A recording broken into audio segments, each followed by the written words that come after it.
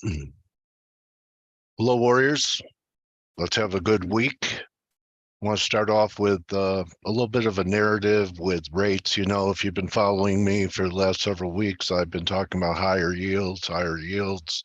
When we broke out of this formation, little head and shoulders, it measured 380, 385. Then we have a breakout over a daily formation, a triangle. And now we're bumping up against this 4% level. When I look at things shorter term, I'm starting to see some things diverge. Now, I still believe that we could see new highs in yields. What I'm looking for is some type of shakeout move in the midterm that could take us back down to maybe 365, which would be 30 bips. And they started to try it today. We had a little pullback. You'll see this little red candle here up around the highs. There still could be another new high. We have ISM coming up, but let's talk about what the implications are. And they're showing up on the screen right away. I don't think this is a starting point, but you know, the dollar is selling off on the yields dropping a bit. There's the euro. Here's cable outperforming. Aussie actually got to a target that I've been talking about for weeks, 67. Oh, I missed the low. It was 66.99.6. So I was off 0.04 of a pip on this. So with Aussie already reaching, you know, shorter term targets, it most likely is going to go lower still if we still get this correction in cable, which I still think is viable. I'm wrong over 22.5, and that we get this third drive.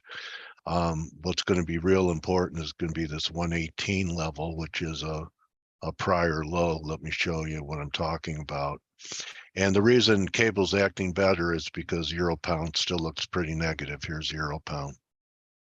Okay, this looks like a bear flag, and a measured move is much deeper, which makes euro your preferred short over cable.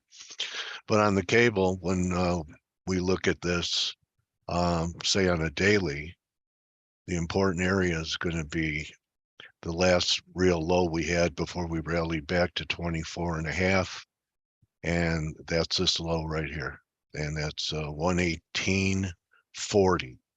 So this is going to be a very important area if we start. I do expect us to take it out, but I don't expect that at this time to set the stage for the big break to, you know, 111.5, maybe 108.5. So we'll see. With all the risk off we've had, and you know, how much gold is sold off, it's up today, but how much silver sold off. Really, FX has held up quite well when you look at the pound just basically being in a range of about 600 pips. Similar story for euro. Decent decline, but I'd still be looking to sell rallies. I still think we'll see prints under 105 towards this 104.50 level. So if we continue this rally, I think there's one more shoe to drop in the euro and the pound. And even though we're down pretty hard on the dollar index, and you know, it's really not that impressive yet, but I'd stay long against the 104 level. Back under 104 opens up the door for 103 again. So if we're going to make this move to 106, I think it probably happens this week. And the catalyst would be maybe one more high in the 10-year. Last week I said look for another push to new highs in the yen, which we got in spades on Friday on the inflation report, and talked about this moving average coming in right around the 137 level. Or is it? Yeah, 137. It's basically sideways right now.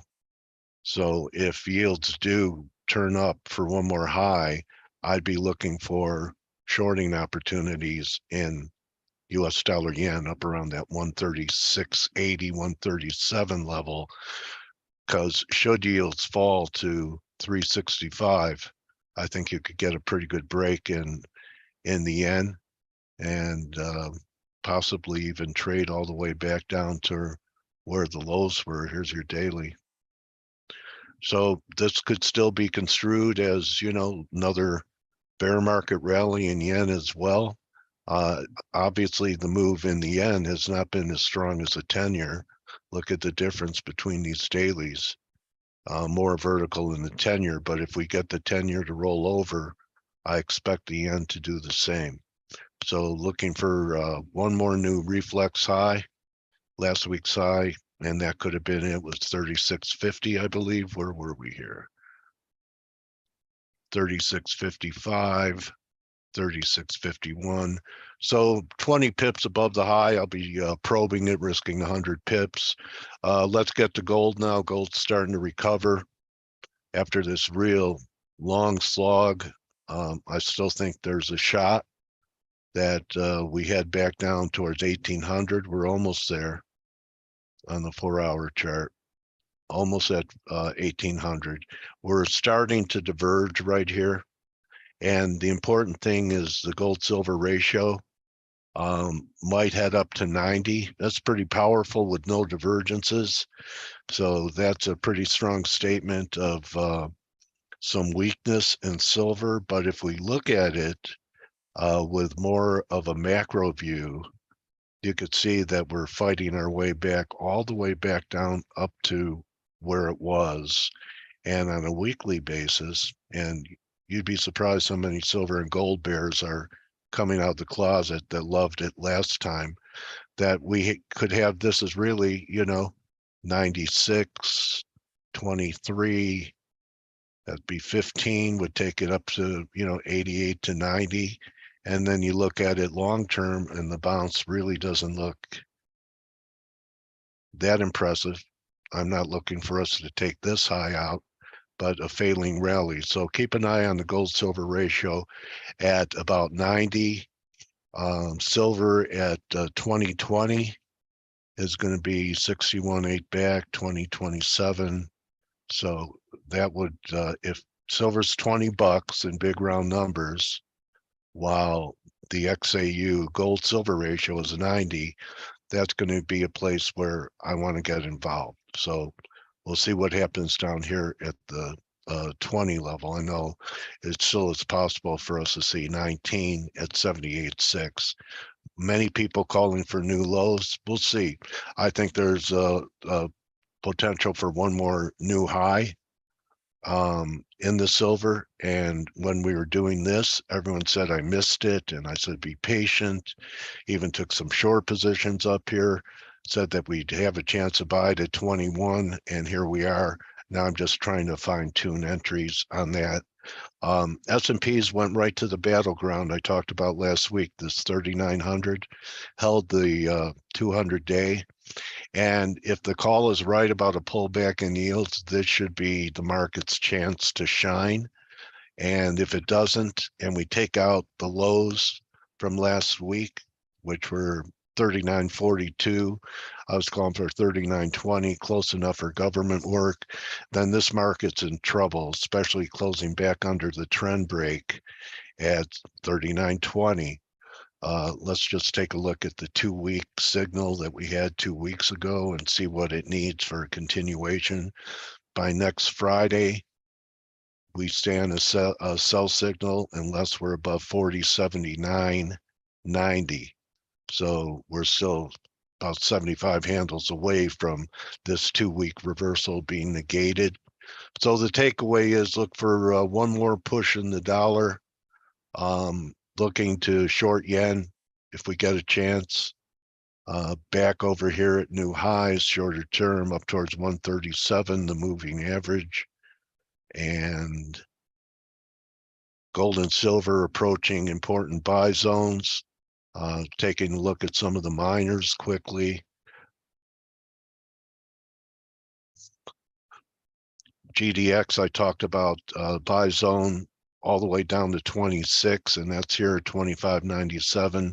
Maybe we bounce first, but again, I look at this pullback in the XAU and I go,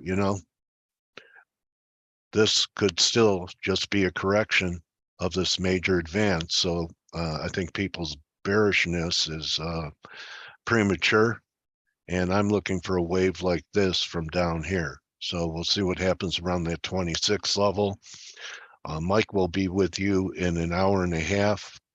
I have one of the unknown market wizards that was in Jack Schwager's book with us here on Thursday. Good hunting. I believe the ISM's a big market mover. I hope that my words on precious metals were taken seriously. You saved yourself a lot of pain, and especially if you had FOMO up here or FOMO up here in silver.